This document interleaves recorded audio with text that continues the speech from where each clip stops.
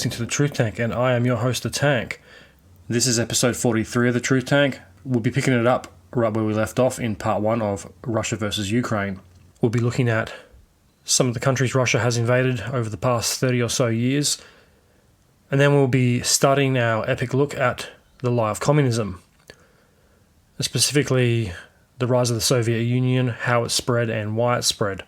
Beginning with the rise of communism before World War I, the rise of the Soviet Union post-World War I, going right up until its collapse in the early 90s.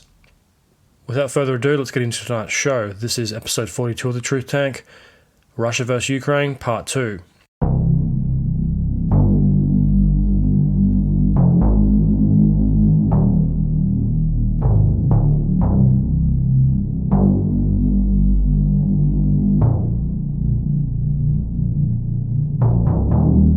So, there is a big difference and disconnect between communist leaders and the people they are apparently leading. Xi Jinping, allegedly, they've committed crimes against humanity. They've been persecuting Taiwan recently and have ramped that up in the last couple of months. They've persecuted Uyghurs, minority Christian and Muslim groups. A lot of people have disappeared or been forcibly thrown into re-education camps and never heard from again. Taiwan might be the next country to be invaded by a former communist country. China's been eyeing Taiwan off for many years, well, many decades now. It's ramped up its military operations in the area. It's fired missiles over Japan. It's building military bases all over the Pacific. Their fleets are being spotted in the waters not too far from Taiwan. From the outside looking in, it definitely looks like China is trying to control the area militarily. It looks like they want Taiwan, and they're probably going to use a very similar tactic to the ones the Russians used as justification to invade Taiwan.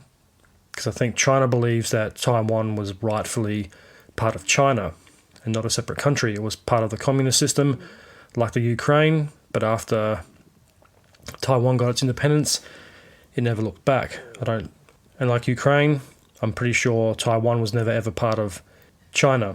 It's definitely not part of the Chinese mainland. It's its own separate island and its own separate culture. So we can only hope that Taiwan doesn't experience the same fate that Ukraine has. The US has pledged a $1.9 billion defense package, so there must be some good intel that China may be planning on an invasion or some type of quote-unquote military exercise. And after what has happened in the Ukraine, one cannot really blame them for being preemptive and bolstering the military. I think militaries globally are going to reassess how much they spend on defense per year. If this can happen to a country in Europe in 2022, this can happen anywhere and to anyone. I think you're going to see a lot more spending around the world. I think Germany has bolstered their military budget. They're looking at expanding the Air Force, Army and Navy. Australia's bolstering its defence force. A lot of countries in Europe are expanding and modernising their militaries as well. So this is a very bizarre time we're living in. We've just gone through 2 years of bullshit with the virus. You think everyone would want to come out of isolation and just get back to living life. But I know someone wants to pick a fight with someone else, usually their neighbours. So why can't we all just get along? Why can't humans just fucking get on for once and put the war and the fighting and all that other bullshit behind us and focus on what's really important and maybe going forward in the future and making the world a better place? Most, if not all, communist leaders are filthy rich, or a hell of a lot richer than the common people they claim to serve. They all seem to live in palaces, have multiple vehicles, investments and yachts, and have an eye-watering amount of zeros in multiple bank accounts. So that's pretty ironic for an ideology that preaches the fair and even distribution of wealth. Isn't that the whole ethos of communism? To counter capitalism in all its demonic glory? I mean, isn't the whole communist system based on everyone gets paid the same regardless of what job you do? Everyone's equal. Kind of sucks if you're a doctor and you've spent 10 years going to university, all that work and sacrifice, and you get paid the same amount as someone who works at McDonald's. On paper, communism may work in theory, but the reality is far different. Capitalism isn't perfect either. You have companies that make obscene amounts of profit every year. They deliberately pollute and choose to take the fine over actually spending the money on trying to change a dangerous environmental practice that might damage the environment further and fuck it up for future generations. There's also a lot of corruption, bribery, a lot of dodgy shit that gets done in the corporate world. Just search the news on a weekly basis and you'll see some company or corporation doing something dodgy somewhere in the world. So both systems are flawed. Neither one is right. There are parts from both that make sense, parts that in practice work and parts that don't. I obviously favour capitalism, living in a free country. Capitalism is a hell of a lot better than communism, I can tell you that. But it's not perfect. Capitalism has its problems, but it's better than the alternative. We don't have to beg in the street or having to line up for food rations given to you by the government, because there isn't a decent free market where people are allowed to sell and buy goods. You don't have a whole peasant class that is barely surviving because the rich elites are just so far above everybody else they can afford anything when the common people starve to death. So what's fairer, and which would you want to live in? Would you want to live in the USA or the USSR? Do you choose freedom and liberty or state-controlled terror? Spying on your neighbours for the state, aka Stalin's Russia after World War II. Putin's Russia is a little better than Stalin's and a little bit freer. It has obviously a more business-savvy model it's being built on, but it is still corrupt to the core. There's a lot of persecutions that have gone on in modern Russia, persecution of gays and minority groups, and the continual invasion of other countries, mainly former Soviet Union countries that Russia just can't seem to let go. So how did this all start? The writing was on the wall when Putin moved troops into the border of Belarus for quote-unquote exercises. This is Putin's version of the February Revolution. This is history repeating itself once again. He's trying to flex his muscles and he wants to rewrite history. A lot of experts think he is trying to reforge the Soviet Union, bringing back the Russian Empire in all of its mythic glory. Is he trying to be the new Tsar, or is he just a tyrant with a fragile ego? Or is he haunted by the past, and is that what is behind everything? Are the ghosts of the Romanov dynasty guiding their vengeance through Putin's hands? Or does he believe he is trying to correct an error of history? Is there something a little more to Putin, something in his bloodline and his ancestry that may explain how he's gotten this far and how he's risen through the ranks of military, the KGB, and the Russian government? Who knows? These are questions that we would love to have answered. But there are questions where the answers aren't easy to come by, unfortunately. This brings us to Russia's continuing invasions of other countries. What Russia is doing to Ukraine is nothing new. They've done this before, and they've done it several times. They invaded Afghanistan in the 1980s. They've invaded Chechnya twice. Once in 94 to 96, and then once again in 1999 to 2009. They invaded Georgia in 2008, which lasted a grand total of 12 days. That conflict started in an eerily similar way to how Russia invaded Ukraine. Russia invaded under the false accusations of genocide in the southern annexed regions of Georgia. It's basically the same accusations they used to invade Ukraine. It's the same playbook pretty much. They didn't really bother to change much this time around. It was basically the same pretext to an invasion.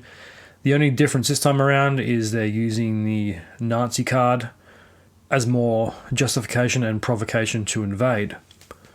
So this time they're liberating Ukraine from the quote-unquote neo-Nazis that infested the country, apparently.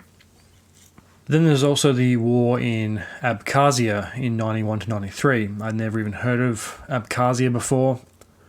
It is a tiny country now known as the Republic of Abkhazia. It's has a pretty small population of about 244,000 people, sandwiched in between the Caucasus Mountains, Georgia and Russia. It was taken over by the Soviets and gained its independence after the fall of the Soviet Union. There's been a few wars fought there over the years. I think Abkhazia is in Georgia, but it's a separate autonomous region. Then there is the conflict in Transnistria in 92. I'd never heard of Transnistria either before researching the show.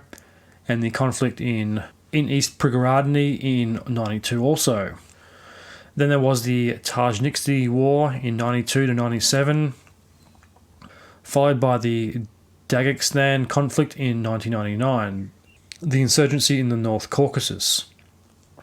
This brings us down to the modern day, with the war in Ukraine beginning in 2014 with the annexing of Crimea. Then there was the Russian intervention in the Syrian civil war in 2015, which is still ongoing. And again, this is eerily similar to Ukraine. It's the same playbook. The war in Syria has seen the bombing of civilians, the targeting of civilian areas by missile strikes, using gas on population centres, which, going back to the biological warfare episode, is a big no-no by the Geneva Convention, which Russia was a signee of. Denying UN inspectors access to sites. If you want some more information on that, I recommend watching a documentary on Netflix called The White Helmets. And then there is Russia intervening in the Central African Republic, which started in 2018 to present. It's the same shit, same playbook, smash and crash your way into someone else's country and hope they give up. Russia doesn't really seem to learn from its past mistakes. It just uses the same tactics and the same playbook. They never really seem to adapt. It's the attack fast, smash and crash tactic they've always used. Let's bomb your opponent into submission and hope they give up and don't put up a fight so their army can roll its tanks down the street. Unfortunately for them, it hasn't really worked. No one ever seems to give up. In fact, it seems to have the opposite effect. It makes invaded countries want to fight harder. When you look at all the conflicts that Russia has been a part of and still are a part of, it makes you wonder how big the fucking army really is. I mean, how does it can it afford an army that big? But I'm guessing they probably have a lot of casualties, so there's a lot of spots that need filling. Everyone likes to criticize the US for intervening in countries that it quote-unquote shouldn't be sticking its nose into, but Russia is doing exactly the same shit, and it's doing it under the false pretenses of genocide or Nazism, whatever excuse they want to justify their invasion by. Did Sleepy Joe see this all coming at the start of the year? Russian forces were amassing on the Ukrainian border, using Belarus as a staging ground. Why did the rest of the world ignore the warning signs, or chose to ignore them? The signs were clear and pretty obvious, even if the Russian military claimed they were just war games or exercises. You don't have to be a military strategist to work out that something was going to happen, and this wasn't a normal quote-unquote exercise. All those troops, tanks and supplies were not just there for war games. War games don't last that long, and they usually don't bring that many supplies with them, unless you're using war games as a cover for an invasion. And obviously it didn't really fool anyone. I think it was pretty obvious that they were up to something. So what happens when Russia finally invaded? The wargame excuse went straight out the window. The entire world sees what you were really planning, and then you try to come up with another excuse to justify why you invaded the Ukraine, such as liberating it from these Nazis, where 2 weeks before it was war games and exercises. Now all of a sudden the whole narrative shifts and you were really planning on invading the country to liberate it from the Nazis. Get your story straight. When the field hospitals went up and the troops started moving, the alarm bells should have been ringing loud and clear.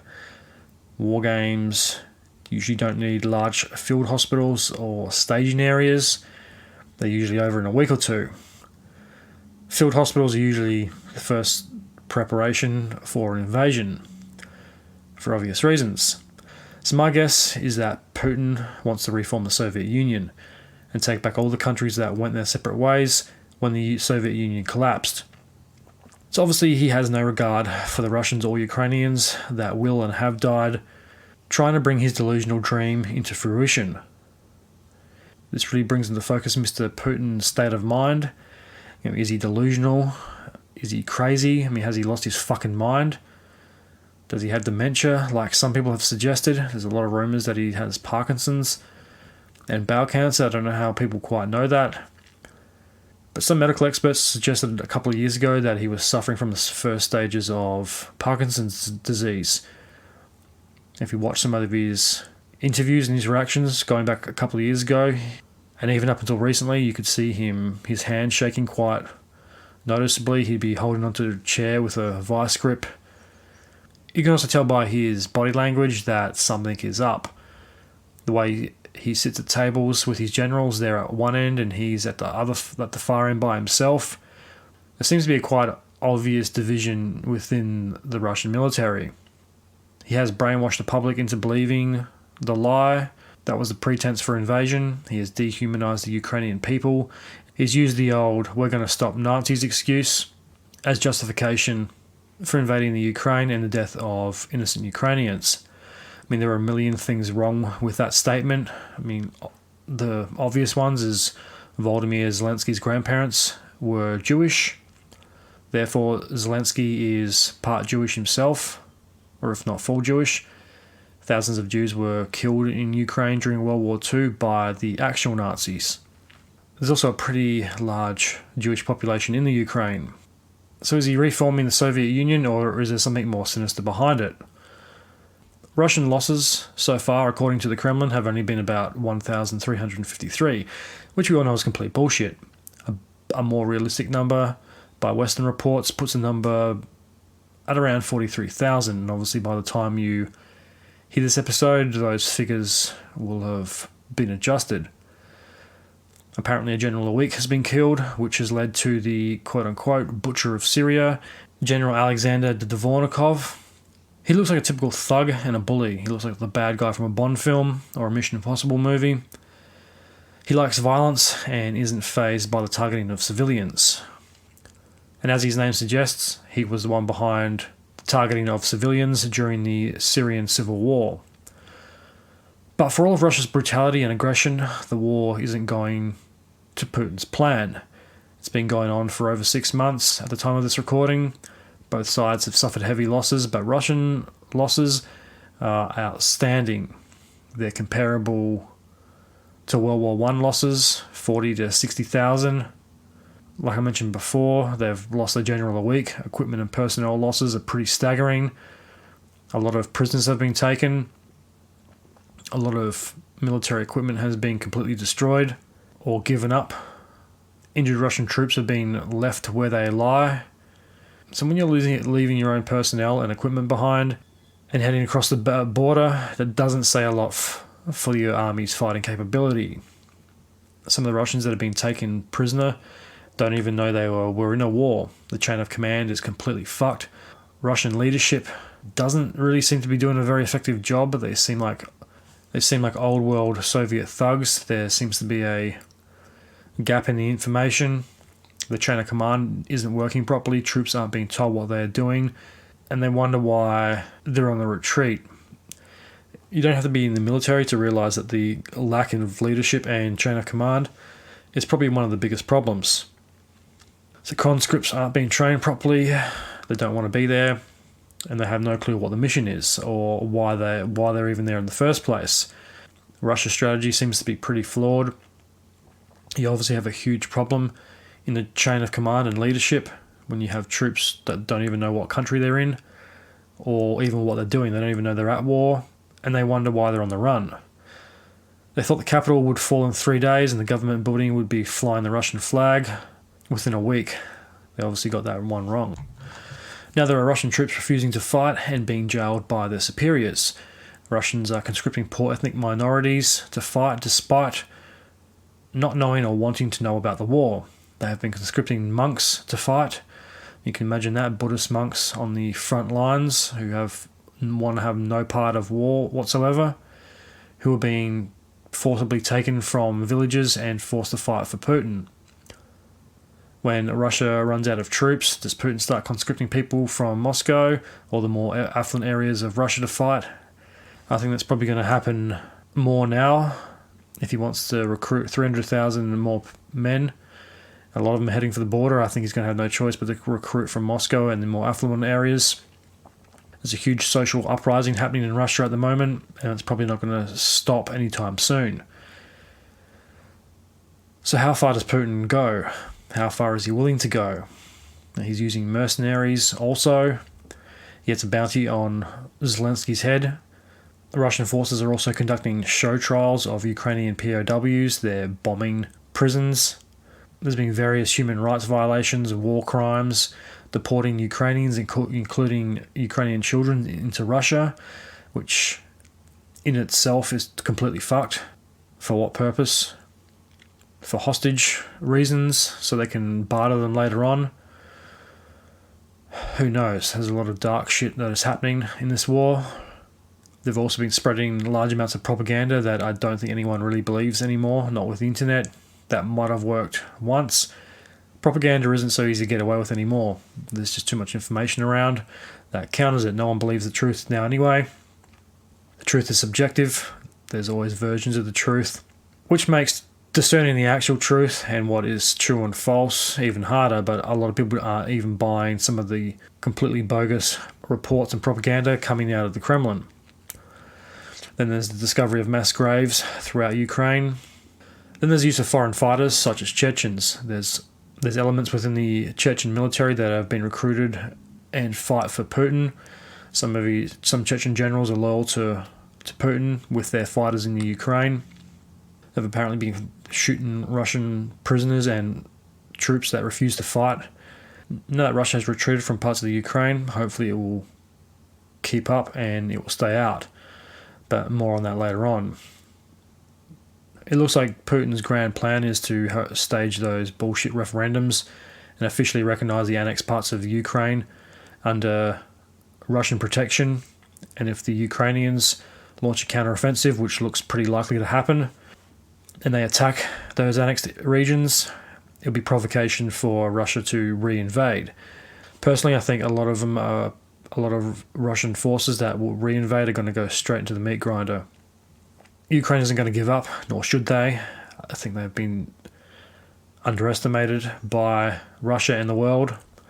It's hard to beat the home team on home soil when the entire country is united against the common enemy. Just look at ancient Greece and what that achieved. When the Persians invaded, not once but twice, every Greek put aside their differences, picked up a sword or a spear, and saw it as its civic duty to defend its land against the foreign barbarians. Let's have a look at how all this started. Where did this nightmare of totalitarianism originate? Was it born out of necessity? Was it one person or group's idea? Or was it an accident that just ended up getting out of control? This brings up the big question. What is the Soviet Union and why would anyone want to reform it? Soviet pretty much means council, assembly, or advice in Russian. There's little more to it than that, but that's the basic gist of it. The Soviet Union was formed in 1922, officially being called the USSR, or the Soviet Socialist Republics. At the time, it was the largest country on Earth, spanning modern-day Russia, Eurasia, and parts of Eastern Europe, making up a total of 22,402,000 square kilometres, or 8,649,500 miles. The Soviet Union was a federal union made up of several different national republics. The Soviet government and economy were centralised under a one-party state system. That is until the final years where corruption takes over and the entire system collapses. Its headquarters were in Moscow, as Russia made up the largest and most populous state in the Union. When I used to think of the Soviet Union, I always thought it was just Russia, but clearly that's not the case. There's a lot of smaller countries combined under the one Soviet flag. Other sizable cities followed suit, including Kiev. So going back even further than that, the origins of the Soviet Union begin to take hold around the time of the Bolshevik Revolution or the October Revolution. There's been a lot of revolutions in Russia over the years, and there's probably going to be another one pretty soon, given all the protests that have occurred due to their reactions to conscription. I'm not surprised if Russia does find itself in the midst of another revolution. Not like we get the full story here in the Western world. State-sponsored media in Russia presents one side of the story, and that's about all you really get. There'll probably be a lot more revolutions in Russia in the future. It seems to be part of Russian history. The Bolshevik Revolution was led by, you guessed it, the Bolshevik Party. And it was led by Vladimir Lenin. You've probably heard of Lenin before. He's the great-grandfather of communism in Russia, which would trickle down to the Russian Revolution between 1917 and 1923. The revolution gained momentum over the previous months after yet another revolution, the February Revolution. There are a lot of smaller events which led to the revolutions. It's not a black and white issue, it's a very complex one. The revolutions were mainly clashes between the ruling Russian monarchy and the poorer classes, who had enough of the royal family's disconnect with its people. This is mainly spurred on by food rationing, which led to the protests, which then led to demonstrations, which resulted in bloody conflicts with the police and the Grendamars, the remaining forces loyal to the royal family. So on the 27th of February, Tsar Nicholas II abdicated, ending the Romanov dynasty, and the Russian Empire leaving the door open for a new government. You probably heard the story of the Romanovs. Nicholas and his family were led to the basement of the palace where they were all executed by a firing squad. Also, the story goes by historians. While there is a big disconnect with the royal family and the people, I'm not sure Tsar Nicholas is the bad guy he's being made out to be by the Bolshevik Party. He has some poor judgment and very bad decision making, but I don't think the Romanov dynasty deserved to end the way it did. I think Russia was probably better off with the Tsar and the royal family. It's a very complex situation and a very complex series of events in the years leading up to the revolution. The Bolshevik Party seems to come along just at the perfect time, where the public was transitioning away from the royal family and away to a more democratic society, and saw the Bolshevik Party as this new hope, or the lesser of two evils, depending on which way you look at it, that could bring about change from the way things had been. Starving people with no jobs and nothing to do can pose a lot of problems. They can also start change. When people have enough of toiling for scraps and starving in the streets for minimum wage, revolutions and societal upheaval aren't usually that far behind. The end of the Romanovs and Tsar Nicholas II led to a provincial government being instated, but ultimately it proved to be a failure and pretty unpopular with the people. So the leadership was split between the provincial government and the Petrograd Soviet. Petrograd was the old capital and home of the royal family, and served as a base for the new revolution. It's kind of symbolic in a way. It was once the seat of power for the Tsar and his family, and now it serves the new government. It's symbolic and a little ironic that Petrograd was chosen to be the location of the new government. So then follows the July days, where hundreds of protesters were killed by government forces. And if we look at the news at the moment, nothing has changed except for the hundreds of dead protesters yet. Hundreds of protesters have been arrested in the demonstrations to Putin's conscription. Hundreds have been arrested a day and locked up. Who knows what they're doing with these people? I mean, they can't have jails that are that big. Some of the people being arrested have been served their conscription papers and pretty much sent to the bus depot to head to the closest barracks to begin their military training. The biggest difference is the government forces back then opened fire and killed a lot of protesters, which obviously you can't get away with anymore. There's too many camera phones. And the modern world just doesn't stand for that kind of thing. You could get away with it once when there wasn't cameras and camera phones everywhere and satellites, 24-hour news. You just can't get away with it anymore. So a new leader was installed. He couldn't solve the issues that had been raging in Russia, such as unemployment and food shortages. It's more or less the same shit as today, which leads to the Russian Civil War. The workers rise up and form into councils, and they gain momentum, which ultimately leads to the Bolsheviks taking power, or something along those lines. It's a very brief, condensed history. Russian history is fascinating and very complex. I'm trying to provide a brief, condensed version of Russian history. Because if I go through the whole thing, I would be researching this episode for 2 years and it'll be 12 hours long. So Lenin and the Bolsheviks overthrow the provincial government and establish the Russian Soviet Republic, which once again leads to widespread conflict across Russia between the Bolsheviks, the Red Army, and those that don't like the Bolshevik Party, such as the White Guard. The White Guard were an anti-communist group and targeted and killed thousands of Bolsheviks during the war, which became known as the White Terror. The Red Army fought the White Army and pretty much used the same exact tactics that the White Army had. The Red Army targeted anti-Bolsheviks and White Army members, which became known as the Red Terror. The Red Army win and come out as victors, which ends up paving the way for the Bolsheviks to seize power. It's 1922. The old Russia is dead and the new one is crowned. The power dynasties are gone and the Bolsheviks / the communists take over. This makes you wonder which Russia was better and which one is worse. Was it better underneath the Tsar and the royal family? Or was it better taking your chances with this new and unproven Bolshevik party? If the White Army won, things would have been much different. They're against communism and a bit more open-minded to a freer Russia. The Bolsheviks are in power and form the Soviet Union, unifying Russia and parts of Eastern Europe, such as the Transcorsicans, the Belarusian, and the Ukraine.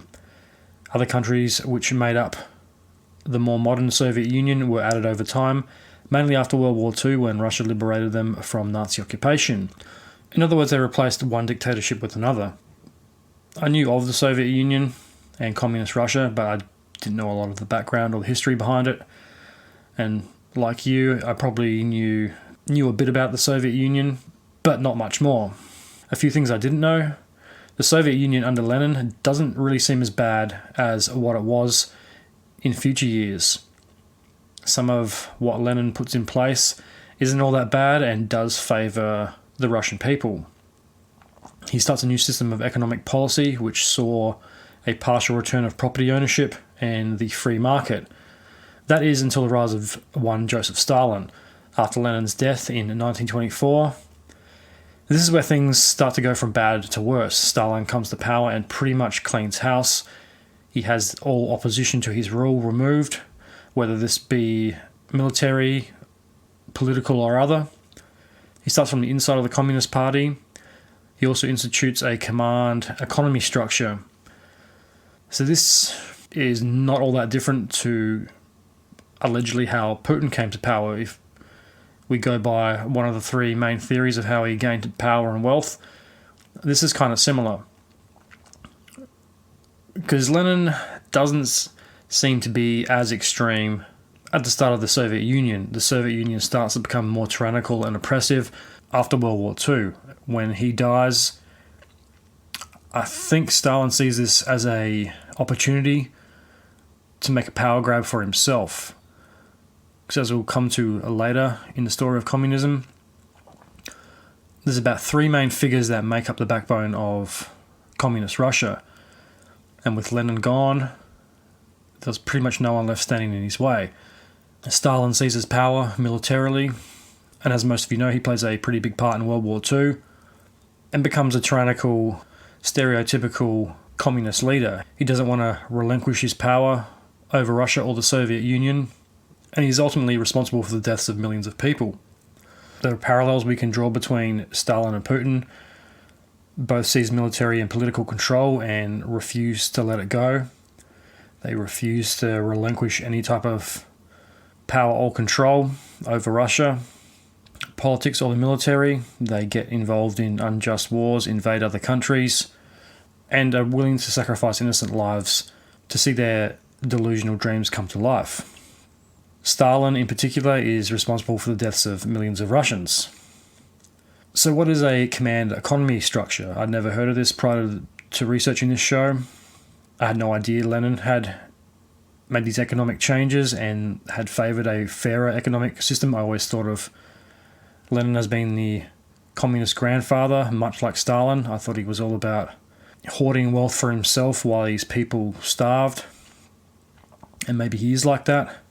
This is one version of Soviet history, the more generic, well-known history. So he institutes this command economy structure, which I had to look up because I had no idea what it fucking meant.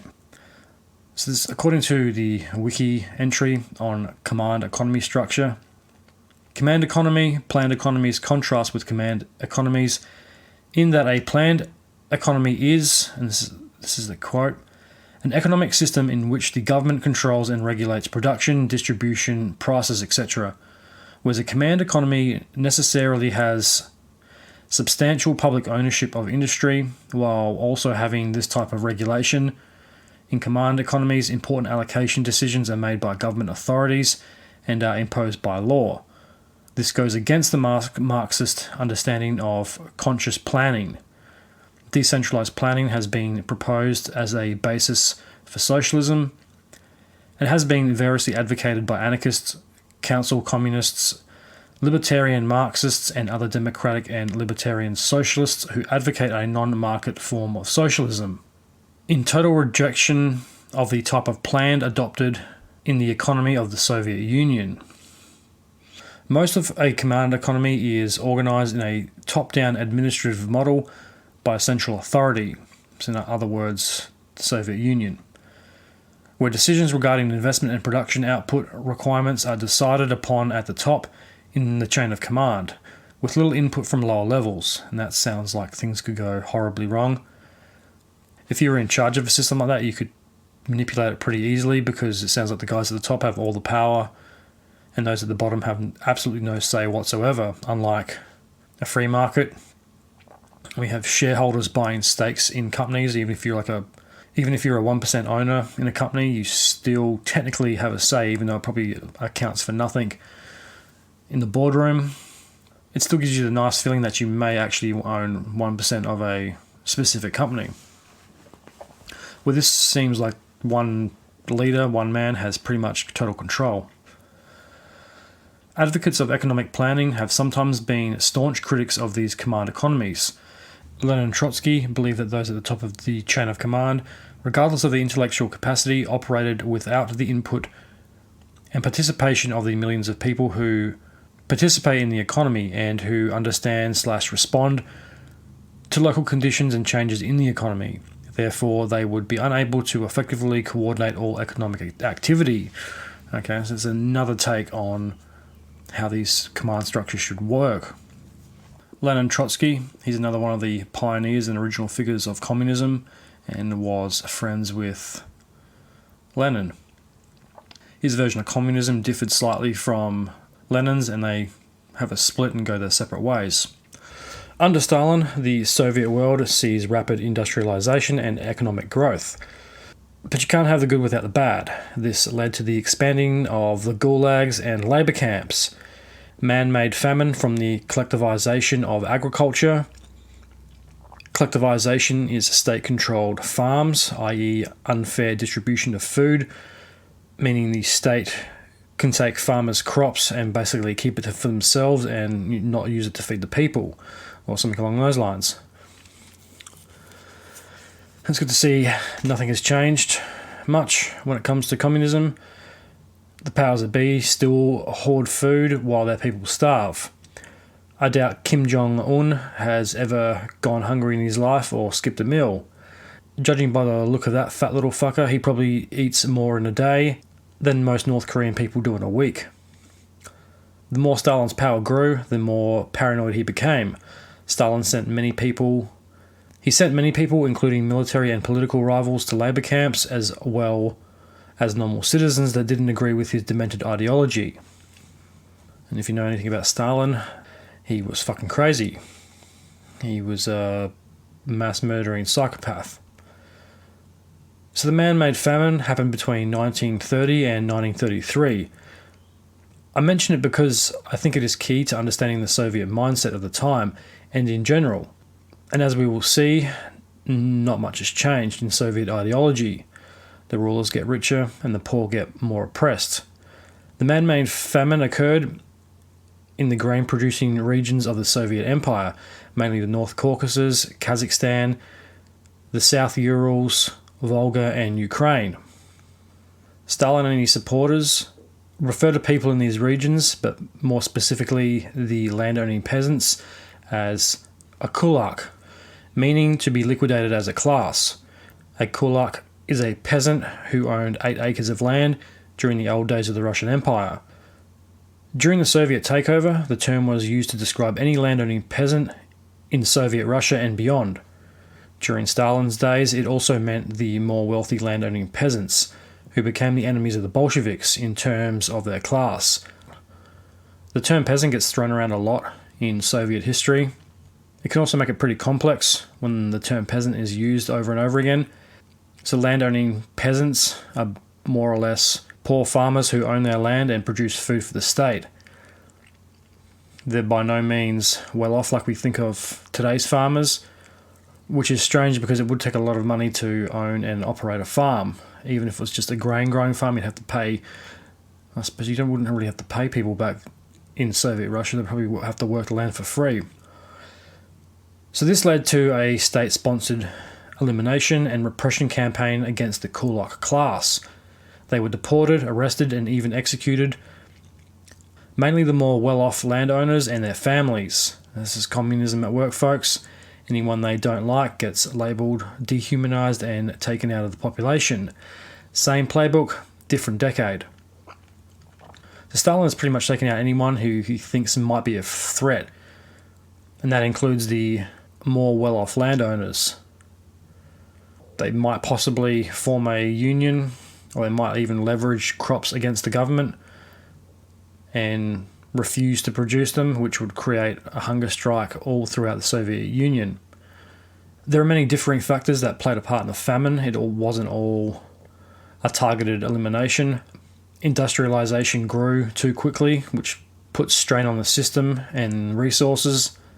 Some regions of the Soviet Union were hit by severe droughts during these years, which obviously hampered food production quite heavily. And obviously, mass murder of millions of citizens doesn't really help. Collectivization under Stalin's first 5-year plan. This is pretty much the collecting of grains and goods, etc. Stalin had put this 5-year plan in place, which pretty much backfired. These things played a large part in what was more or less a state-sponsored famine. Kazakhstan and Ukraine were the worst affected by the famines. Some historians and scholars call it a genocide, claiming that Stalin deliberately targeted Ukrainian and Kazakh ethnic groups by starving them to death. Droughts and industrialization aside, you can't label this as anything other than genocide. It is a direct targeted elimination of certain groups within the Soviet Union orchestrated by Stalin and his supporters. Others say that the famine wasn't targeted towards any particular ethnic group, and that it was directed towards the kulaks. With political interests in property ownership, this went against the Soviet mindset and made them targets, putting them at odds with the Communist Party. Either could be true, either doesn't excuse the mass deaths that occurred due to the famine. It's estimated that anywhere between 5 to 8 million people died during the famine of 1930 to 1933. Either way you look at it, it was all Stalin's doing. This is communism at work. There was no regard for human life. Millions died, bringing about Stalin's directives through the commie playbook. So now we come to World War II. I also didn't know this next piece of information. In August of 1939, the Soviets signed a non-aggression pact with Nazi Germany after failing to form an anti-fascist alliance within Western Europe. World War II kicks off, and not too long after, the neutral Soviets decide to invade and annex parts of Eastern Europe, such as Estonia, Lithuania, Latvia, and Poland. Why? Why all of a sudden this great land grab? When they're neutral, they're not supposed to be at war with anyone, but they decide to invade other people's countries and take their land. It looks like a land grab based on greed and control. They want to control massive areas, and they're hiding behind World War II to do it. They had no problem with Nazis, as long as they didn't have a problem with them. So when Putin says that the former Soviet Union liberated Eastern Europe from Nazism, that's a completely bullshit statement, and he's full of shit. This is the same Soviet Union that was signing deals with Nazi Germany. They didn't care what the Nazis were doing as long as they didn't stop them from invading their neighbours and taking huge amounts of land. Ukraine was annexed from Nazi Germany in 1944 after the Germans occupied it from 1941 to 1944. So this is not the first time Ukraine has been annexed. This is not the first time any of Russia's neighbours have been annexed by them. This happened before World War II and continues to happen in the modern day. Ukraine is the latest out of a string of countries to be invaded and annexed by Russia. So the Red Army takes Berlin and win the war on the 9th of May 1945 at great cost to Russia. The Soviets suffer a large portion of all Allied forced casualties during the war. It's estimated that around 6.75 million military deaths occurred, 7.2 million civilian, and that was just on the Russian side. Ukraine lost 1.65 million military and 5.2 million civilian.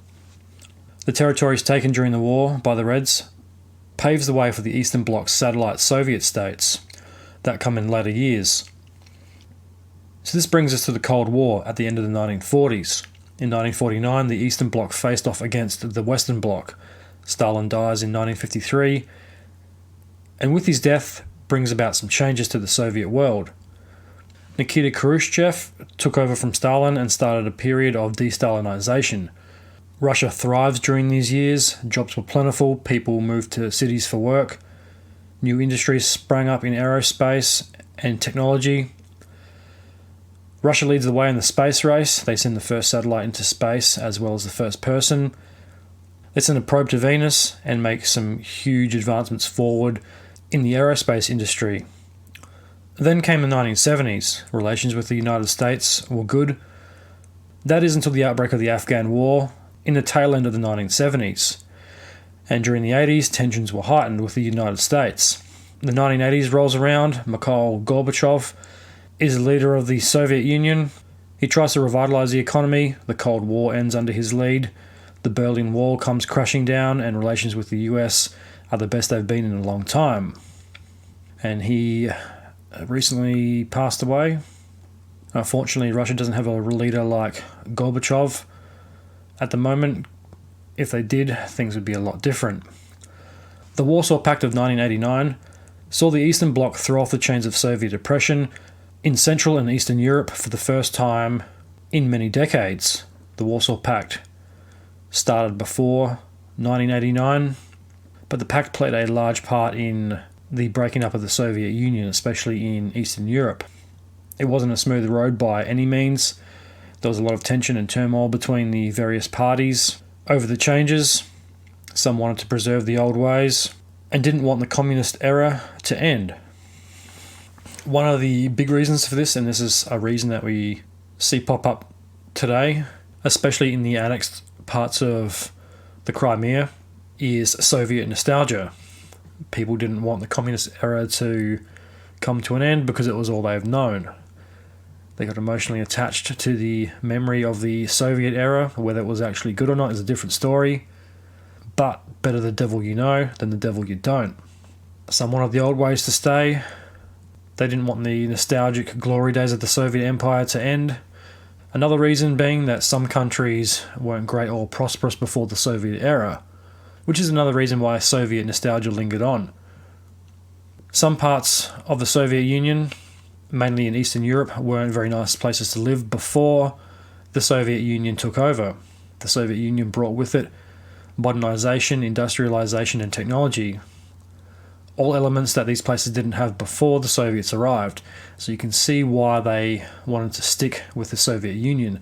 It had brought with them modernization in the future, and it would have been a pretty scary change to make, going away from the old system that up until now has kind of worked in a weird, perverse way.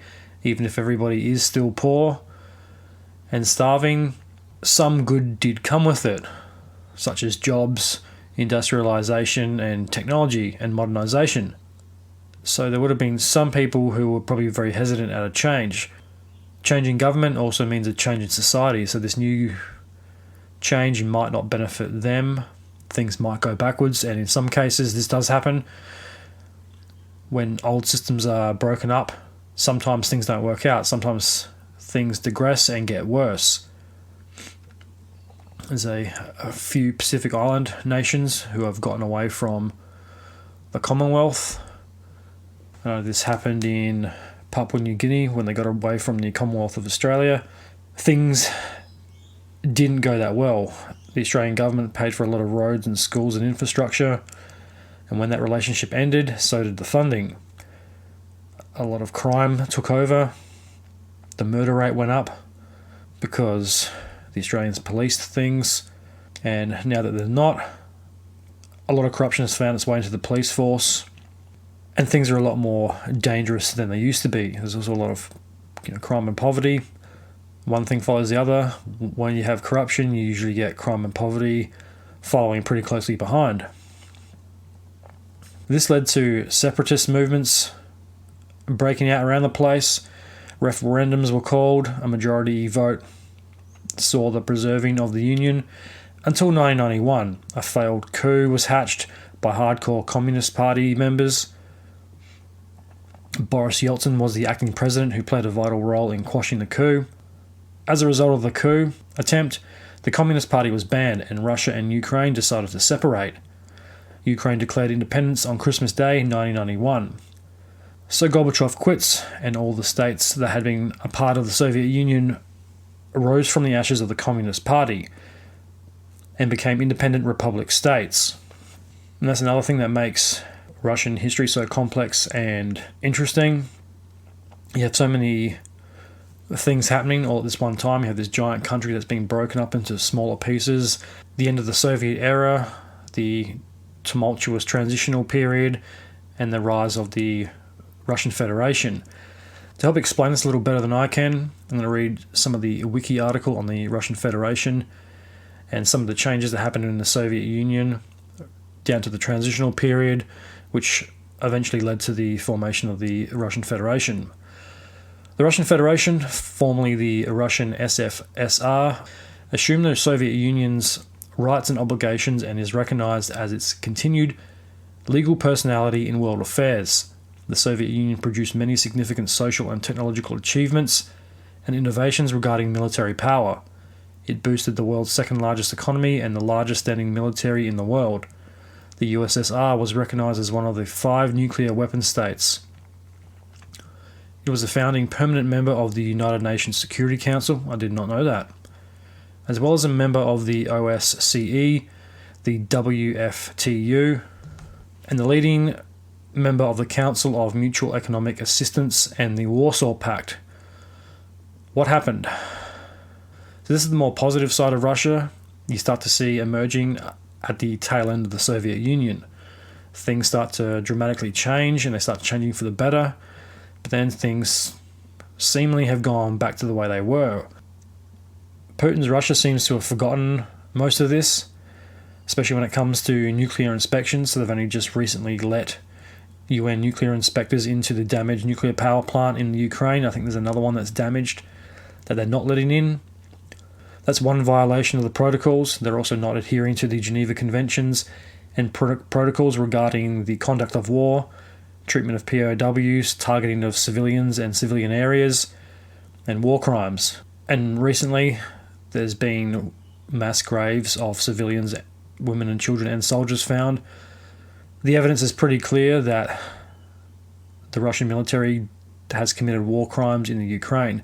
There's no other way about it. The evidence is pretty clear. So, Putin's Russia has basically violated all 4 of the protocols. Russia has repeatedly ignored the treaty, which they were one of the original 12 signees of. They were number 11, Germany was number 12. It also makes you really wonder how Russia is still in the United Nations. Yes, they might have been one of the original signees, but they are not playing by the United Nations playbook. And they're definitely not playing by the rules that they helped sign. They were suspended from NATO in 2014 after the annexing of the Crimea. Back to the article. Before its dissolution, the USSR had maintained its status as a superpower alongside the United States. For 4 decades after World War II, sometimes also called Soviet Empire, it exercised its hegemony in East Central Europe and worldwide with military and economic strength, proxy conflicts and influence in developing countries, and funding of scientific research, especially in space technology and weaponry. So standard commie playbook, they all seem to do it. China has interests in Africa, Fiji and other developing countries. They also want Taiwan for the same perverse reasons Russia wants Ukraine, because they think it's rightfully theirs under this delusional communist mindset. A lot of these communist countries fear Western influence, so they must think that if they get there first, they will counter any Western influence that might arise later on. If we start showing our influence in Africa or Fiji or somewhere like that, they'll be more inclined to take our side. If we get there first, we start building roads and schools and start throwing some money around, they'll come and join us rather than the West. Russia doesn't want the Ukraine to join NATO. It also fears Western influence. In other words, it wants its own influence to spread to former Soviet Union countries that have been liberated from Soviet oppression. I mean, damn those Western devils and their fair trade agreements, freedom and Maccas. Why would any country willingly choose oppression from the Soviets or anyone else over a free society? And there's enough data now to show that communism doesn't work. It might look good on paper, but in practice, it has never and never will work. The Soviet Empire ruled for over 50 years and things didn't really get better. Millions died of starvation. I mean, how many people died in gulags and labor camps? Why would anyone want a society based on the communist system, especially some of the very turbulent nations in Africa? Look what Mugabe did to his own people. You've had despots and lunatic African leaders. So why would you want to make the situation worse by introducing communism? You know what? Communist countries have believed the lie for long enough, so I guess they kind of have to stick with it at this point. So we can't change and admit that we were wrong. We have to try and save face by pretending communism worked and that the rest of the world wants to live like the Soviets did. So what are they so scared of? Why is freedom so intimidating to communist countries? Why do they need such severe levels of control? Why does the state have to control everything? Is it scared of its own people? Is it scared of the uprising? Why can't these bigger countries let them do what they want to do? Why do they always feel like they have to control everything, especially countries that have broken away from the Soviet Union, such as Ukraine? Why can't these bigger countries just let them do what they want or go with the system that best suits that country's values? Why all the need for control? I mean, I guess they're scared that the communist system was always a lie, and if people dig deep enough, the lie will be exposed, and no one will want to go with communism again. Well, guess what? None of these countries that have separated from the Soviet Union want to go back. None of them are running back to Russia saying, sign us up for the Soviet Union version 2.5. It made a few people like Putin rich and powerful. If the system changes and the lie collapses, the truth is exposed, and those in charge have to face the reality that they and everyone else under the current system was tricked. The belief in the belief system is more important than the evidence of reason. Things don't really add up. Why is Putin threatened by Ukraine joining NATO? Why does he want the Soviet Union back, or appear to want the Soviet Union back so badly? What gives him the right to do so and enforce this dream, this very delusional dream, upon the people of Europe? Who said anyone wants it back in the first place? It's 2022 and war is still a thing. It also makes you wonder, will it kick off another European war that will eventually lead to another world war? One man's vanity and greed can and will kill millions of innocent people. Lessons haven't been learnt from World War II.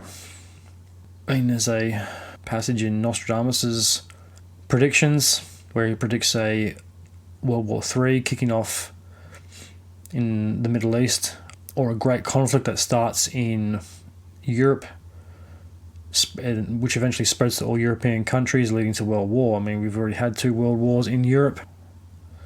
So what is it about Europe? Why can't everyone just get along, and why can't their neighbours live in peace and harmony with one another? It also brings up the terrifying question of what is Putin's endgame. And to make matters worse, like everything we've seen in the modern day, misinformation is on both sides of this war. Misinformation, half-truths, and versions of the truth have all played a part in the misinformation campaign. Is there any validity to Putin's claims about Ukraine joining the UN? The allegations against Petro Poroshenko. He's not the first Ukrainian politician to be accused of dodgy dealings. Yulia Tymoshenko had some illegal dealings with Russia when she was in politics in Ukraine. She was selling natural gas and doing deals with Russia that were illegal. She was selling funds. She was selling off the quotas under the Kyoto protocols. She abused public office, and then she ended up being jailed and released, but cleared of all charges. I mean, every country in the world has had dodgy politicians and dodgy public figures. Ukraine's no different. But Putin's taking these little half-truths and he's taking fragments of the truth and building them into these bigger lies that were never there in the first place. He's using justification like the Nazi card and Ukrainian political corruption as justification to liberate the people of Ukraine. Who's he to point out corruption? The Russian government has been corrupt for a very long time. I don't think Putin's mental state is all that good. Who knows what he's really planning or what his endgame is. The results and consequences of this war will be another stain on history. People will be looking back at this and saying, why didn't the world do more to stop this madman? Because after all, we went to war to stop madmen once. The world was outraged at Hitler and it had no problems with declaring war on him. Okay, given Hitler didn't have nuclear bombs and Putin does, would Hitler have used nuclear bombs if he had them? Maybe. But I think that all comes down to generals and admirals who actually have the physical bombs, who had the physical bombs and codes and the command keys to use them. Pretty sure that's happened before during the Cold War. Someone was ordered a Russian submarine to launch a nuclear weapon somewhere and the admiral refused to do it. Also, what makes Putin dangerous is he's highly intelligent. But at the same time, he should have been smart enough to realise, how does he think this is all going to end? Does he think the world is going to sit back and let him get away with it? So far, the world has given a lot of support to Ukraine. It hasn't given tanks or jets or troops on the ground yet. But only time will tell, I guess. A lot of thought and planning has gone into this invasion, but it hasn't gone his way. I think he's underestimated his opponent and underestimated the Ukrainian people. I'd also say that Soviet greed is rearing its ugly head again. I mean, Russia is the biggest landmass on Earth and it wants more land. It wants to take back former Soviet Union countries. But for why? Why can't you be happy with what you've got? The army is not an infinite supply and he's gambling with people's lives. And if he keeps pushing the army as far as he has and they keep getting demoralised and beaten, morale will soon break. While watching all the news footage of the invasion of Ukraine, I've seen a lot of Russian tanks and vehicles, mainly the tanks, with a white Z painted on them. So I've been wondering for a while now, what does the Z mean? So I found an NPR article, it's on npr.org. It's by Jeff Dean, published March 9th, 2022, entitled, "The letter Z is becoming a symbol of Russia's war in Ukraine. But what does it mean?" Messages featuring the Z have spread widely across social media since Russia's invasion of Ukraine. Billboards have recently popped up in Russian cities featuring the letter. Stickers have appeared on cars and commercial vehicles. Russia's state-owned RT is selling t-shirts on its website in apparent support of the ongoing conflict. But the origins of the symbol remain a mystery. Prior to Russia's invasion of Ukraine, the letter Z was seen painted on tanks, as well as other military vehicles amassing near the border. With both countries using similar tanks and trucks, it was originally thought it was meant to distinguish different units to prevent friendly fire and assist with mobilization. Okay, maybe. That's legitimate, but it seems to be on the side of a lot of trucks. I mean, most military trucks kind of look pretty much the same. apart from different manufacturers. The tanks had it on the front, so maybe that's a legitimate cause to have the identification mark. And a lot of militaries around the world all wear basically the same camouflage and have a pretty similar equipment and weapons now. So the only right way you can really tell them apart is by the flags that are on the arms of uniforms and by some of the weapons, which makes identifying your enemy or friend pretty hard. Some speculate that the Z could stand for Zapad, which means west in Russia. Some have snidely suggested that the symbol stands for other words such as Zofa, meaning arse in a reference to stiff Ukrainian resistance. The letter does not appear in the Cyrillic alphabet used by both Russia and Ukraine. The Instagram account of the Russian Ministry of Defense, they have a Instagram account, has featured both Z and V symbols with messages of "to victory" and "we finish wars." Do you? Because you're not doing that good of a job. Most of the army has headed for the border in retreat. That statement doesn't really ring too true. Another message states, "We are responsible for the world/peace." Well, if that was true, you're going about that all the wrong way. The black and orange ribbons that make up the Z are St. George's ribbons, which are symbols of remembrance of Russians who died during World War II, similar to the UK's usage of the poppy for the fallen during World War I. Russia has repeatedly framed its invasion of Ukraine as defending its people from neo-Nazis, although Ukrainian President Volodymyr Zelensky is Jewish. Yeah, I don't see how remembering the fallen of World War II relates to the invasion of Ukraine. It's not uncommon for military vehicles to feature markings to help both soldiers and their commanders organise during the chaos of combat. One of the most famous markings being that of the Red Cross or Red Crescent to discern medical vehicles. Well, it's different because it's kind of a universal symbol, a Red Cross. Regardless of its original meaning, Z has become a symbol of support for Russia's ongoing war in Ukraine, both at home and abroad. Russian gymnast Ivan Kuliak is facing disciplinary action by the International Gymnast Federation, FIG, after taping the symbol to his uniform in place of the banned Russian flag at the Gymnast World Cup event in Qatar. Kuliak was standing next to the Ukrainian Ilya Kovtun. The FIG has since banned both Russian and Belarusian athletes from competition in its events. Yeah, that's just poor taste. Widely spread images show patients and staff of the Children's Hospice forming the symbol in a snow-covered courtyard in Kazan, the capital of the largest city of Tatarstan, a semi-autonomous republic in Russia. I've never heard of Tatarstan. A video with more than 1 million views has spread online showing people waving the Russian flag behind a group wearing hoodies bearing the symbol. This is a quote. "The task of our troops now is to tighten the noose around annexed fascism, to finally end the 8-year war of terror in Donbass," a man in the video says. "Get to work, brothers, for Russia, for the president, for Russia, for Putin." What's wrong with that statement?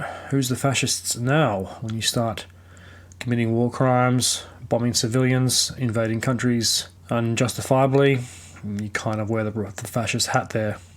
It's still unclear whether the recent swell of support is a coordinated attempt by the Russian government to coalesce the country behind its war-fighting efforts, or an organic expression of public backing. Russia is currently facing some of the harshest sanctions levied against the country in modern history, with Vladimir Putin equating the financial penalties to a declaration of war. The symbol has also reportedly been painted on the doors of prominent Russians, such as film critic Anton Dolan, as well as a Pussy Riot member Rita Flores, in an apparent attempt at intimidation. Whether Z will continue to represent the conflict is still unknown, but for now, the symbol has become a visual representation of Russia's war in Ukraine, and I don't think Russia's war in Ukraine is going quite to plan. So in the last couple of weeks, there's been a lot of stuff happening in Russia. The Russians are on the retreat. Ukraine is planning some major counteroffensives, and taking back huge chunks of the country. The Russian people, on the other hand, are up in arms against Putin's conscription. Protesters have been thrown in jail, independent media and journalists have been shut down, and the only hope at toppling Putin's hold over the government is Navalny. He's been poisoned, put in jail, labelled a terrorist, and I think he's had about 3 or 4 attempts on his life. So far he seems to be unkillable, and he's probably the best shot Russia has at a free and democratic society. So in the last 100 or so years, Russia has gone from the Russian Empire under Tsar Nicholas to the rise of the Bolsheviks, the rise and spread of the Soviet Union, the collapse of the Soviet Union, and the rise of a more liberal, democratic Russia to what it's become recently, and that is pretty much a nuclear terrorist state. Putin has threatened nuclear war on the West several times.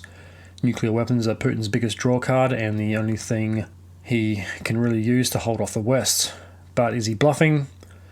Would he actually use it? And like I said, this comes down to the chain of command and generals and admirals and who's got the keys and who's willing to have the deaths of a million people on their conscience. And does he really think the world will stand by and let that happen? And unfortunately, I think Tom Clancy was right all along in all these books about Russia and nuclear weapons and about Russia starting conflicts all over the world. I think he was pretty much spot on. So where's Tom Cruise or Jason Bourne when you need them? Then there's the issue of Russia's annexed regions in other countries, such as Donetsk and the Crimea. This is much the same as they've done in other regions like Georgia. These regions are called People's Republics, like the one in Donetsk, which is known now as the DPR, Donetsk People's Republic. These regions are pro-Russian and celebrate Soviet victories over the Nazis, like the Soviets did it themselves. These regions are often called by communists and oppressive governments as People's Republics, but the people have very little to do with the running of the republic. Obviously, not everyone shares the same view. Some are for the Russians and others see it as part of the Ukraine. In the past few years, there has been growing negativity towards the old USSR. Most who are in support of it are nostalgic about the Soviet past. In reality, they're probably not too fussed by either side, but they see the old days as being glorious and better than the scary and uncertain future. And that's nostalgia for you. I mean, we've all been nostalgic about something at some point. I mean, we've all longed for the days of our childhoods running around without a care in the world, and I think this is pretty much the same thing. Everything looks better in retrospect. I get nostalgic about the 80s sometimes. I didn't really grow up in the 80s, but the 80s seems to be nostalgic. The movies, the music, the fashion. The 80s seems a lot cooler than what it is now. But in reality, that really isn't true, because the 80s were probably just like every other decade. It had its ups and has its downs. We think today things are worse than they ever have been, but really we're living in the most peaceful times ever. Medical science is at an all-time high. There's people like Elon Musk colonizing Mars. Lots of technological advancements. Food is plentiful. Technology is good. I wouldn't be talking to you via this podcast if it wasn't for technology. This couldn't be done in the 80s. Nostalgia happens to most people. They want the old days back because the present isn't as good or is more difficult than the past and more stable than the uncertain future. In reality, the old days sucked just as much as now. In Ukraine, ethnic Ukrainians and non-transplant Russians have a pretty negative view of the USSR and haven't forgotten the Holodomor, which is the famine where millions died due to Stalin, which was the famine I referred to earlier, orchestrated by Stalin. But this isn't the same all over the southern and eastern regions. Some see the USSR in a more positive light. There's Russian enclaves in these countries that have been invaded and annexed. The myth of the Soviet Union and its propaganda has persisted long since its collapse, and the myth of the Soviet Union continues to be perpetuated, primarily through the annexed regions of countries Russia has invaded and through satellite cities. The propaganda has made its way to the future. When did Putin turn into the global bad guy? Some experts have seen this coming for a long time. Others have always viewed him as a bad guy, but some were on the fence. I know I used to be on the fence with him. He did some things good, but he always had this kind of dodgy persona about him. He didn't look a very trustworthy leader, and you could always tell he was hiding something, and his views in recent years have definitely changed. They've got more extreme and more nationalistic. So might this guy I'm about to mention have something to do with it? He is the modern day Rasputin, or at least Putin's version of it. For more information on Putins Rasputin, found an article on aljazeera.com titled "Who is Russian Ultranationalist Alexander Dugin?" It's by David Child, published 23rd of August 2022. Political philosopher dubbed Putin's brain by some observers has long called for Russia to annex Ukraine. Alexander Dugin has been described by some as Vladimir Putin's quote-unquote brain, but dismissed by others as a harmless cult figure with little influence on the Russian president. For years, analysts and observers have offered competing views about the 60-year-old ideologue's true level of influence among Moscow's political elites. This week, the long-standing debate has taken on a new intensity after his daughter was killed by a car bomb in the Russian capital. Yeah, that happened about a month ago, at time of recording. She was killed in a car bomb one night. There's rumours that the car bomb was meant for him and not the daughter. Putin's tried to blame the Ukrainians for it. He said it was a Ukrainian special forces squad that did it, whether there's no proof that the Ukrainians had anything to do about it or even knew about it. It was more than likely done by disgruntled oligarchs. Moscow has accused Ukraine secret services of killing Dugin's daughter, Diara Dugin, a new claim rejected as propaganda by Kiev, and it more than likely is. There is growing speculation that Dugin himself may have been the target of Saturday's attack, reflecting his prominence as a leading advocate of Russia's invasion of Ukraine. So is this the guy responsible for putting the idea in Putin's head, or was this part of Putin's plan all along? Has this guy been influencing some of Putin and Russia's decisions? Calls for an imperial Russia, 30 years after his birth to a high-ranking military family in 1962.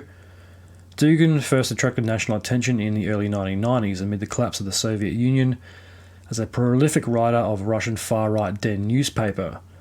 In a manifesto named The Great War of the Continents, which was serialized by the paper in 91 to 92, he set out his ultranationalistic vision for Russia as a leader of a Eurasian empire destined to face off against what he saw as a decadent West. And what makes a Russian empire so high and mighty? Why is the West so decadent? By 1997, Dugin's ideas on so-called Eurasianism had coalesced, and he published The Foundations of Geopolitics, a book that would go on to become widely recognized as his most significant work and reportedly become compulsory reading at the Senior Staff College of the Russian Armed Forces.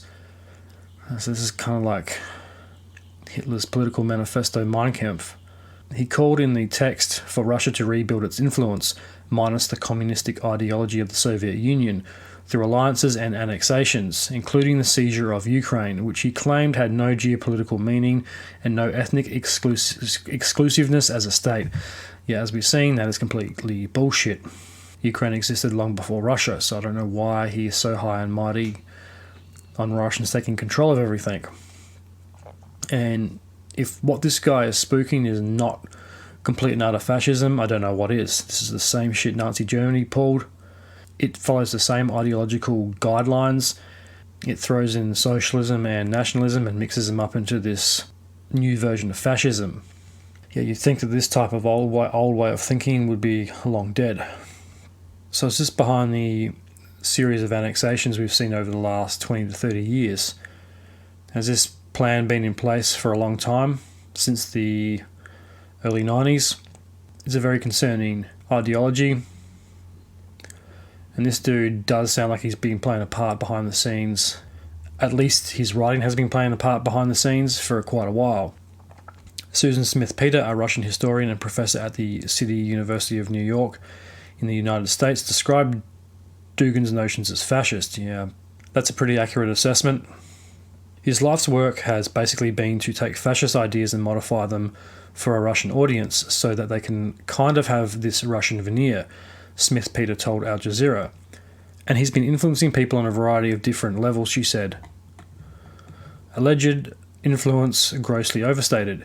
In more recent decades, Dugin has held a range of high-profile posts, including serving as head of Moscow State University's prestigious Department of Sociology of International Relations between 2009 to 14, and briefly holding the position of chief editor at the pro-Kremlin Tsargrad television channel following its launch in 2015. Meanwhile, his hardline ideas have steadily trickled from the fringes into Russia's political mainstream as Moscow's relations with the US and its European allies plummeted to post-Cold War era lows under Putin's leadership. The Russian president's own rhetoric on Ukraine has also given rise to suggestions from some analysts that he has been directly influenced by Dugin's work. Yeah, it does kind of come off like that. His obsession with Ukraine seems to kick off in 2014 with the annexing of the Crimea. So it was at the origins of this idea, because 10 years ago it doesn't really seem like he takes that much notice of the Ukraine. Then all of a sudden this guy comes out spooking this shit and claiming the Ukraine isn't technically a country and it should be taken back by Russia. So is that where the origin of this idea came from?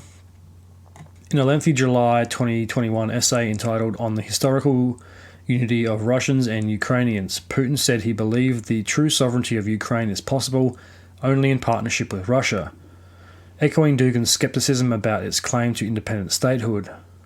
But other observers dismissed the notion that Dugin, who in 2014 said he believed Russia should kill Ukrainians, has directly shaped Putin's decision-making. Dugin's actual influence over Russian policy has been grossly overstated, Samuel Raman, an associate fellow at the United Kingdom-based Royal United Services Institute for Defence and Security Studies think tank, told Al Jazeera. He has never really held an official title within Russia, and he isn't that in touch with the current establishment, least of all Putin, Raman said. He noted Dugin had always wanted to go much further on foreign policy than Putin is willing to go, citing the former's calls during Russia's 2008 war with Georgia for the overthrow of the country's government, and in 2014 for Russia to declare war on Ukraine and annex the country's eastern regions after Moscow invaded and seized the Crimean Peninsula. Raman also pointed to differences between the pair over current strategy in Ukraine, highlighting that Dugin had repeatedly called for Russia to introduce general mobilization and conscription, moves Moscow has not yet taken, with it yet to officially declare itself a war, and that's changed since this article was written. As of last week, Putin declared a partial mobilization of the military, and he has brought forced conscription to bolster the number of troops to 300,000. Dmitry Babich, a Russian political analyst and journalist, who's also skeptical of suggestions that Dugin had helped sculpt the Kremlin's stance on Ukraine and offer foreign policy and other foreign policy matters. In the last few years, he, meaning Dugin, was more or less a harmless cult figure in his own small group, Babich told Al Jazeera. He has not made any impact on politics, and certainly it would be wrong to say he's Putin's brain, or the person behind Putin's policies. This is all simply not true, he added. But while discussions continue about the extent of Dugin's impact or irrelevance in Russia's halls of power, he himself has continued to press for Moscow to ramp up its deadly offensive in Ukraine. I mean, what gives this cunt the right to fucking make massive decisions like that cost people their lives, all because of his delusional ideology? Got a feeling it's not going to end well for him or Putin.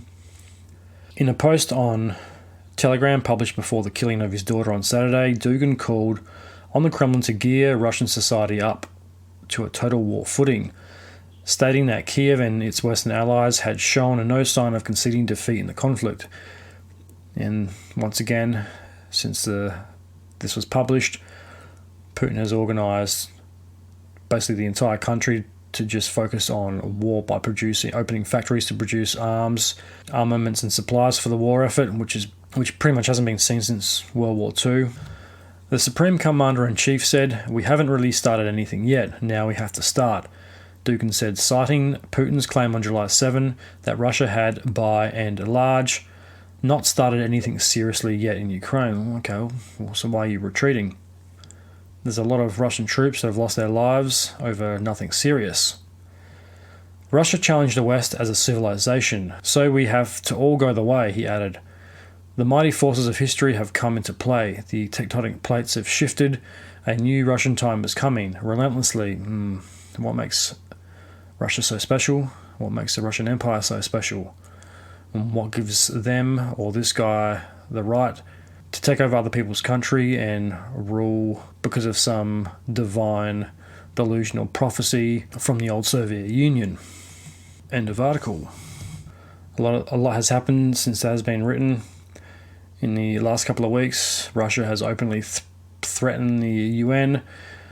Putin has launched a partial mobilization of the military, conscription.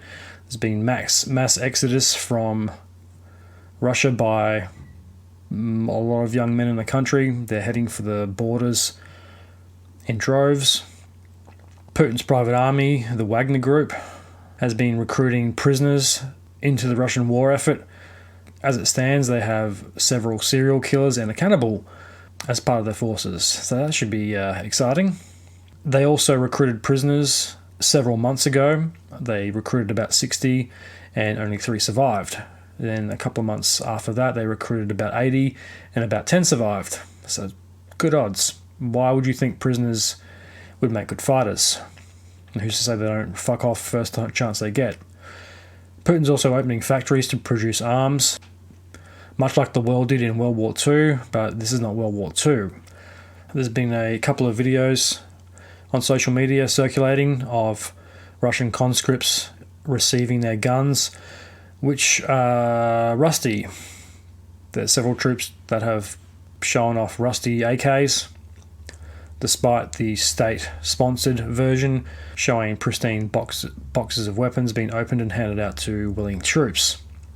Generals have been fired and replaced with thug generals who are being brought in to get things back on track. So this obviously suggests that the invasion and the army isn't being run the way Putin wanted it to. So he's bringing in these hard nuts to try and get things back on track. I don't think it's going to help much. And this looks like a part of Putin's reinvasion of Ukraine plan. In other words, he's sending an entire generation of men into the meat grinder. A lot of people are headed for the border. I can't say I blame them. I probably would too. And this is going to probably lead to a whole generation of men being wiped out. There's been mass protests all over Russia. There's been oppression of certain groups. So where are the feminists when all the men have to go off the wall? You know, men have it so easy, right? Except if you're a Russian male between the ages of 18 and 60 with any military experience, you get your conscription papers and you get forced to fight in a war most of these men want no part of. And even if you don't have any military experience, they're conscripting pretty much anybody. It was supposed to be only people with military experience. Now it seems like it's anyone who is male and fit and able. And if things keep going like they have, they'll probably start recruiting women too. And I think there has been a couple of women who have been served conscription papers as well. Don't quote me on it, but I did read a female activist. She was served conscription papers or something along those lines. It's funny how history repeats itself. I've said it before and I'll say it again. I think the Mayans were right. They were definitely onto something with the Mayan calendar, predicting the cycles. Every 50 years or so, you have a major conflict. With every 10 to 20 years, smaller conflicts arise. So how many people had to die for this delusional dream of Putin's? Hopefully Russia will have a full-scale uprising. I wouldn't be surprised if there was mutiny in the army and all throughout the military. I think it's probably going to happen at some point if it hasn't started to happen already. These Russian troops don't have enough equipment or supplies to launch a reinvasion. I don't know where he thinks he's going to get all this equipment and supplies from, but yeah, he's starting to buy weapons and arms off of North Korea, which, you know, when you're dealing with North Korea and buying weapons off of them, it says a lot about the state of your military capabilities. So what will happen next? He has threatened nuclear war several times. Hopefully it won't come to it, but will we be the last generation on planet Earth? And is Nostradamus and all the sci-fi movies right, where the world gets blown away by nuclear weapons? I hope to God not. I hope logic and reason sees through. Maybe someone will take Putin out before it comes to that. Hopefully the world steps in by then, but the more he threatens nuclear weapons on people, the worse it gets. If one nuclear weapon is launched by Russia, the entire world will annihilate them. I don't really think he's taken that into consideration. There are some elements within the Russian military that don't think Putin will use nuclear weapons. Will the people rise up and take back Russia for the people, by the people? Only time will tell. Alright, I think we'll leave it there and pick it up in the next episode. On the next episode, we'll be continuing our epic look at the lie of communism. We'll get into the formation of communism and the Bolshevik Party pre-World War I. We'll be looking at the Russian Revolution, the fall of Tsar Nicholas, and the rise of communism and its founders. A big thank you to everyone who listened. If you'd like to support the Truth Tank, there's a couple of things you can do. Head on over to the Facebook page, follow and like it. Follow the new Truth Tank Instagram page. Rate and review the podcast. It helps the show grow and get found. I'd appreciate some reviews. Download the Truth Tank on Apple Podcasts, Spotify, Podbean, Google, Amazon, or wherever else you get your podcasts from. Tell people you think might like it. Help spread the word. Tell your friends, family, people at work. Help get the Truth Tank out there. But until then, I'm the Tank. This is the Truth. May the truth be with you.